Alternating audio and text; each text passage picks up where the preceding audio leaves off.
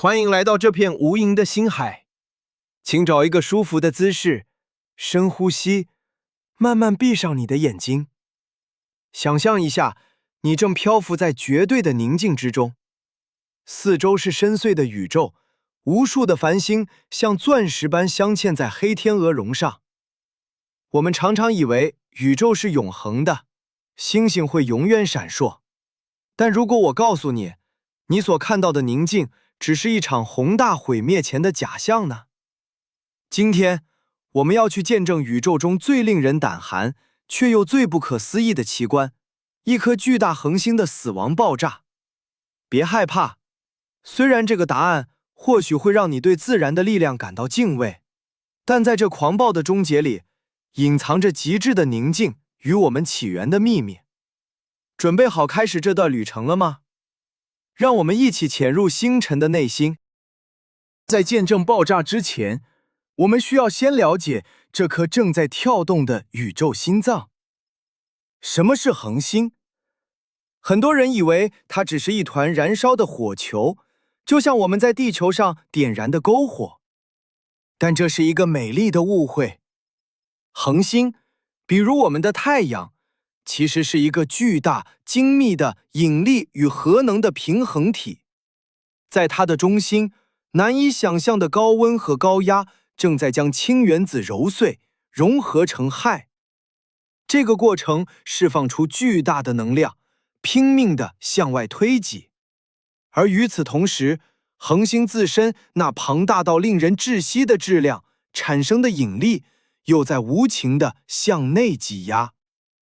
这两种力量，向外的推力和向内的引力，在数百万年甚至数十亿年的时间里保持着完美的僵持。这就是恒星的一生，一场没有硝烟却无比壮烈的拉锯战。但在这个宇宙中，没有任何燃料是无限的。当平衡被打破的那一天，就是壮丽史诗上演的时刻。第一章，无形的倒计时。当我们注视着夜空中的巨星，比如猎户座的参宿4，它看起来依然明亮而骄傲，但内部的危机已经悄然降临。这是一个常见的误解，我们以为星星的光芒会一直稳定。事实上，当恒星核心的氢燃料耗尽时，向外的推力开始减弱。引力，这个耐心等待了数十亿年的潜伏者，终于占据了上风。想象一个被慢慢放弃的巨大热气球，恒星的核心开始在自身的重量下无情地收缩。这种收缩开启了死亡的倒计时。第二章，绝望的点燃。随着核心被引力越压越紧，那里的温度急剧飙升。当温度达到1亿度时，奇迹发生了，恒星找到了新的燃料——氦。氦原子在极端的高热下碰撞、融合，产生了碳和氧。这就像是一辆即将熄火的汽车，突然切换到了备用油箱。恒星在绝望中爆发出新的生机，向外的推力再次出现，它暂时击退了引力。但你要知道，这种疯狂的燃烧注定无法持久。宇宙的规律冷酷而无情。第三章，宇宙的洋葱结构。随着时间的推移，备用燃料也开始枯竭。恒星不得不一次又一次地收缩核心，点燃越来越重的元素。碳融合成N，N 融合成氧，氧融合成硅。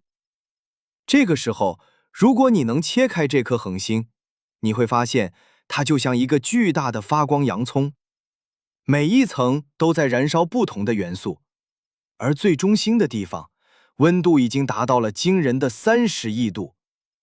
想象一座由层层火焰构成的宏大迷宫，美丽，却透着毁灭的气息。第四章，致命的铁盒。在这场元素炼金术的最后，恒星合成出了铁，但铁是恒星的毒药。打破一个迷思，并不是所有的核聚变都能产生能量。铁元素的聚变不仅不释放能量，反而会吸收能量。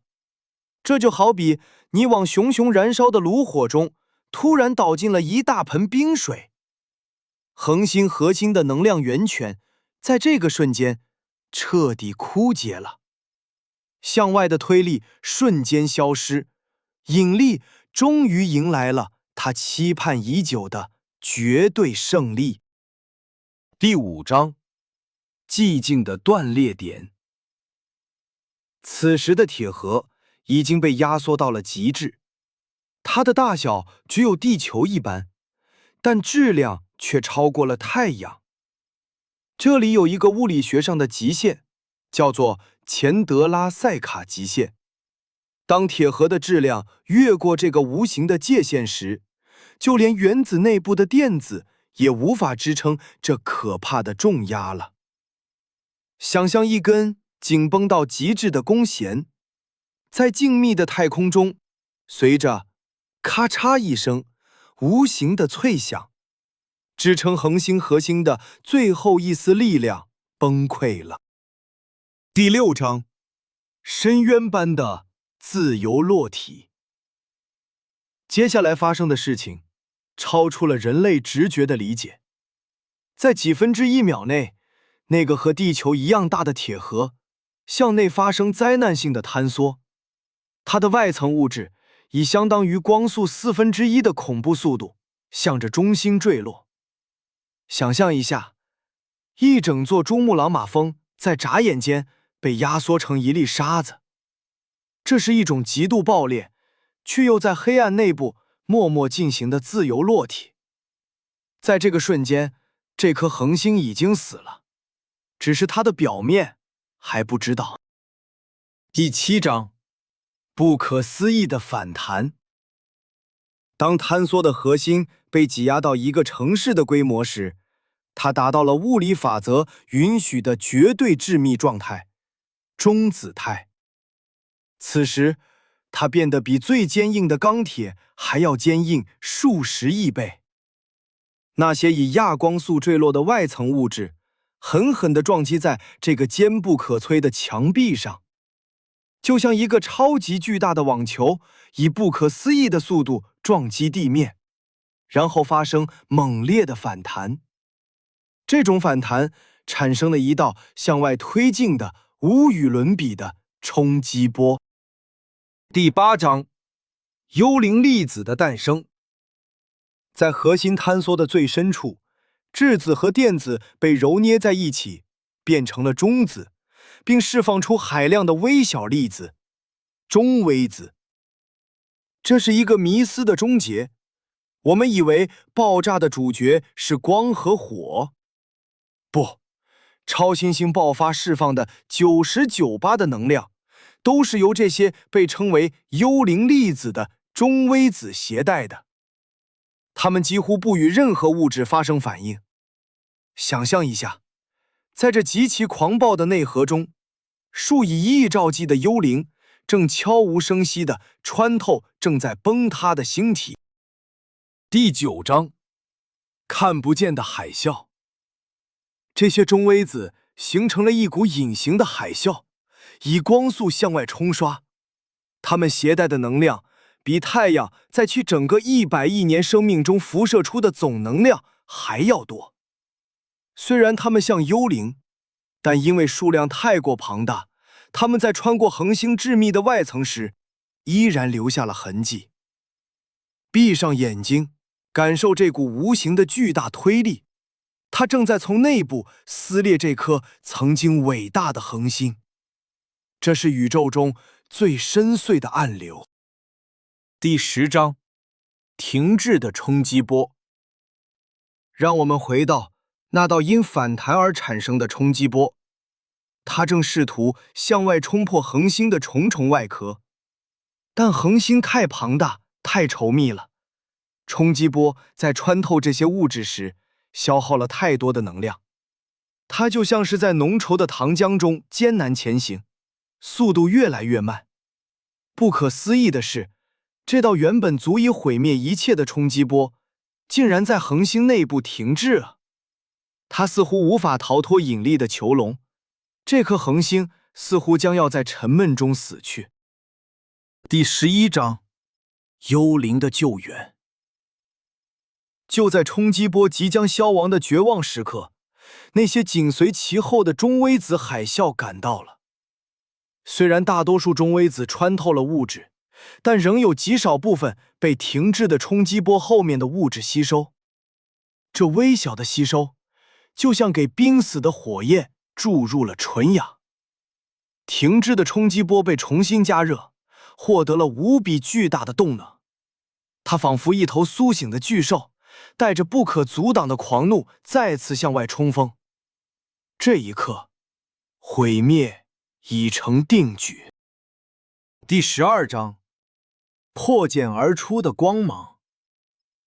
经过几个小时甚至几天的艰难跋涉，这道重新复苏的冲击波终于抵达了恒星的表面。很多人以为恒星核心崩溃的瞬间，外面就能看到爆炸，这是一个错觉。恒星太大了，毁灭的信息需要时间来传递。当冲击波突破表面的那一刻，恒星的外壳被瞬间撕裂，被压抑了许久的能量终于化作耀眼的光芒，向浩瀚的宇宙宣告它的死亡。第13章，闪耀银河的余晖。爆发的光芒是如此的刺眼，在几个星期内，这颗死亡的恒星，它的亮度将超过它所在星系中所有其他恒星亮度的总和。想象一下，1000亿颗太阳的光芒集中在宇宙的一个点上，即使你在数百万光年之外，也能在夜空中清晰地看到这颗突然出现的新星。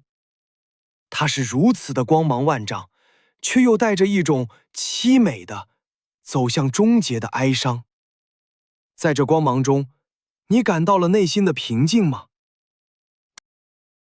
第14章，星体碎片的狂舞。随着耀眼的光芒，恒星的物质被以每秒上万公里的速度抛射向太空。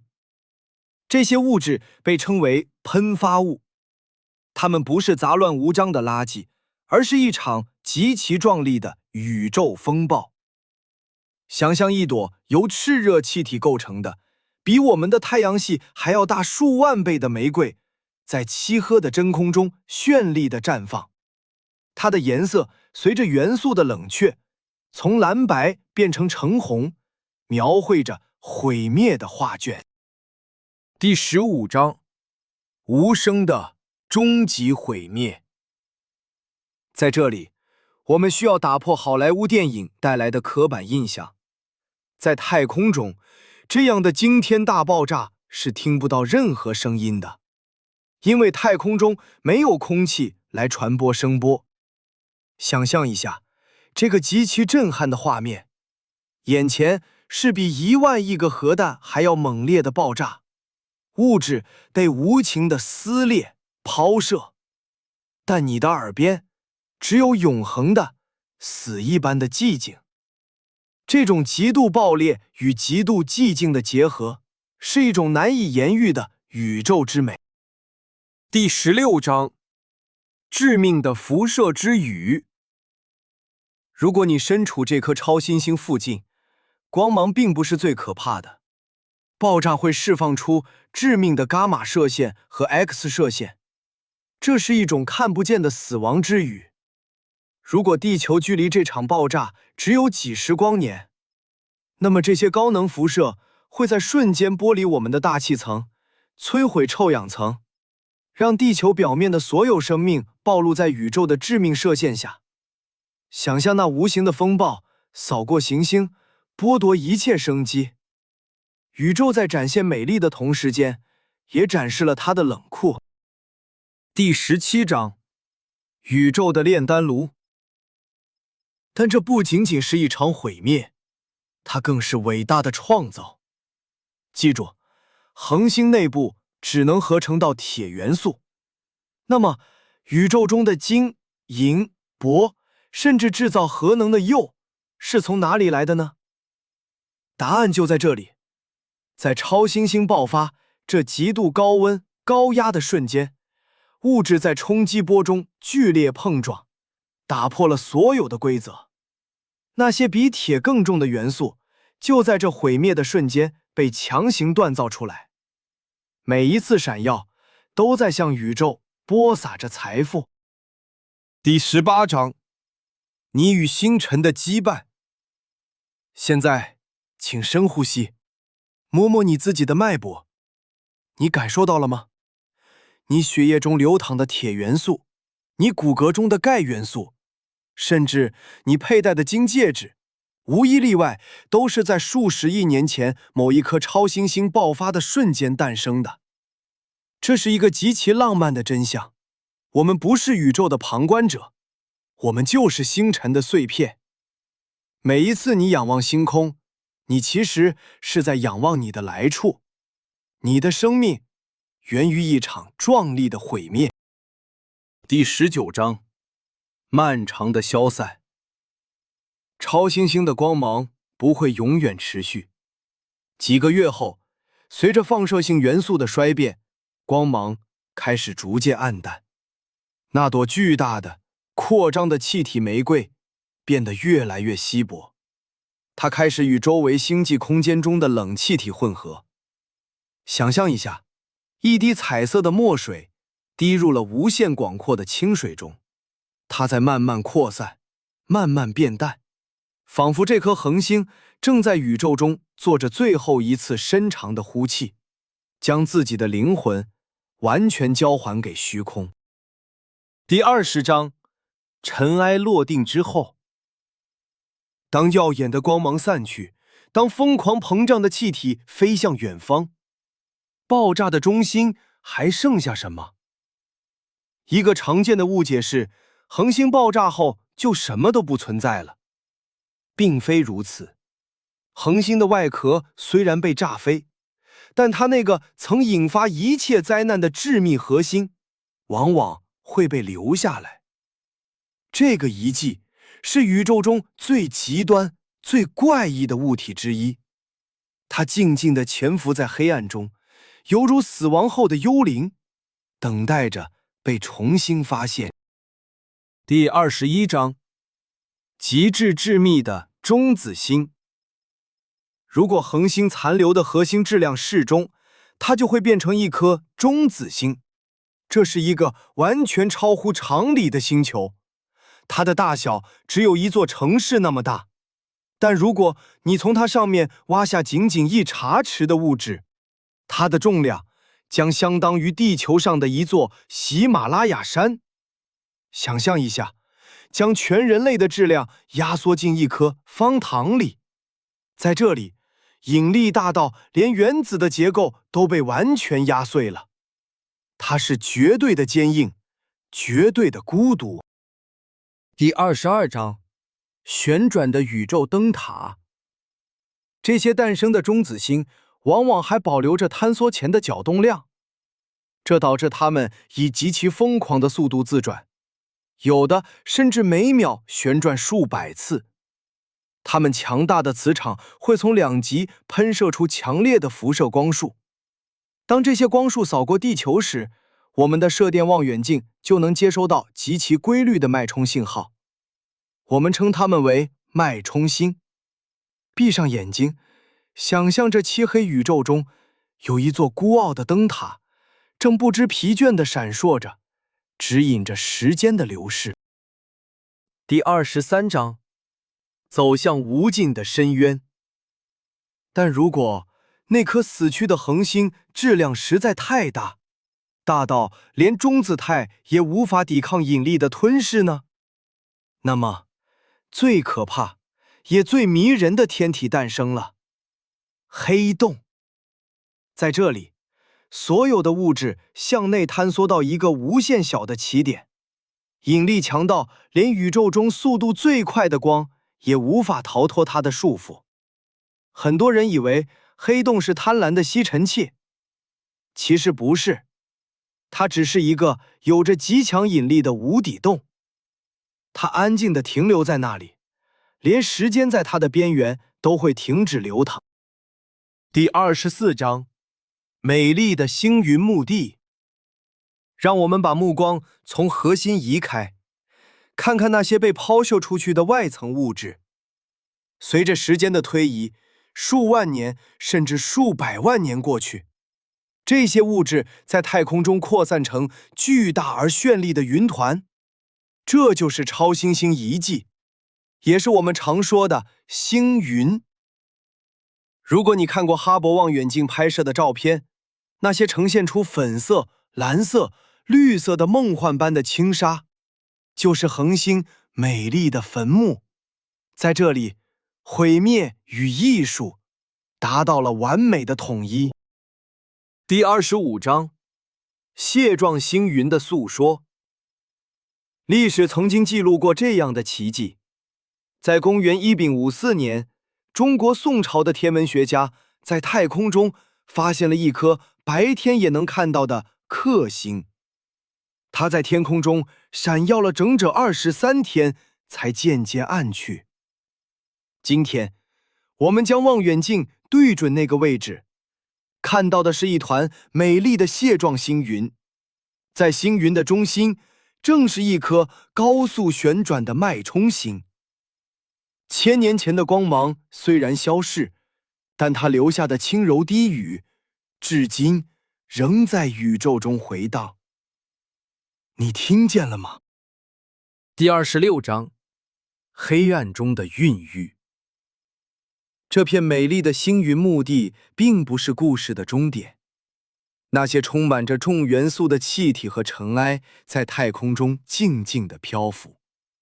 这是一个迷思的澄清，死亡在宇宙中并不代表着终结。当这些气体云变得足够浓密，或者受到临近另一颗恒星爆炸的冲击波扰动时，新的奇迹又要开始了。引力，这个摧毁了恒星的凶手，现在又变成了创造生命的神明。他开始将这些尘埃重新聚集在一起。第27章，生命的轮回。在坍缩的气体云深处，温度再次升高，新的核聚变被点燃。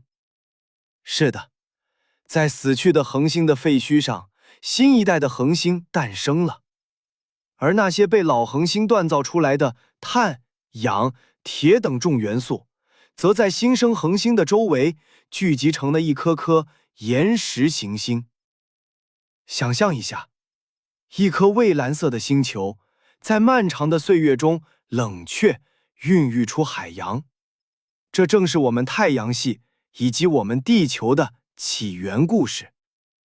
死亡与新生构成了一个完美的圆。第28章，微观与宏观的统一。当我们凝视一场超新星爆发时，我们实际上是在观看两部电影，一部是宏大的宇宙史诗，星体崩塌，冲击波扫荡星系；另一部则是微观粒子的狂欢，中微子穿梭，元素在高温下重组。最大的尺度和最小的尺度在这一刻奇妙地交织在一起。闭上眼睛，想象自己同时是一颗庞大的恒星和一颗微小的原子。在这个宇宙里，大小只是一种相对的幻觉。第29章，跨越光年的注视。此刻，当你仰望夜空，也许在某个遥远的星系里，正有一颗恒星在无声地爆发。它的光芒需要穿越几千万年的时空才能抵达你的眼眸。你现在看到的星空，其实是宇宙过去的幻影。这种跨越时空的连接，是否让你感到一种深沉的宁静？我们虽然渺小，但我们有能力去感知这份浩瀚。我们的意识就是宇宙用来感受自身的触角。第30章，一切皆是过程。所以，当星辰爆炸时，真正发生的是什么？它不是单纯的毁灭，而是一次宇宙级别的重置。它粉碎了旧的秩序，将生命的种子播撒到虚空之中。它可怕吗？是的，它拥有摧毁一切的力量，但它同样无比慈悲，因为它给予了我们存在的可能。在这浩瀚无垠的黑暗中，每一颗爆炸的星星都是宇宙的一次心跳。在这平稳而缓慢的节奏中，所有的焦虑和烦恼都随风飘散了。我们的旅程即将结束，你现在知道了，当一颗恒星走向生命的终点，它并不会默默无闻地熄灭，它会用一场震撼整个星系的爆炸来宣告自己的离去，同时将创造生命的元素无私地洒向宇宙。那些看似恐怖的坍缩、致命的射线、无尽的黑洞，最终都化为了孕育我们这个蓝色星球的温柔摇篮。感受你呼吸的频率，感受你身体里的星辰之力。你不仅活在这个宇宙之中，你就是宇宙本身的一部分。感谢你陪我完成这次穿越星海的冥想。如果你在这无尽的星空中找到了内心的平静，请不要忘记点赞并订阅。在入睡前留下你的评论。当你意识到自己是由爆炸的恒星碎屑组成时，你觉得宇宙是残酷的还是温柔的？晚安，星辰的孩子。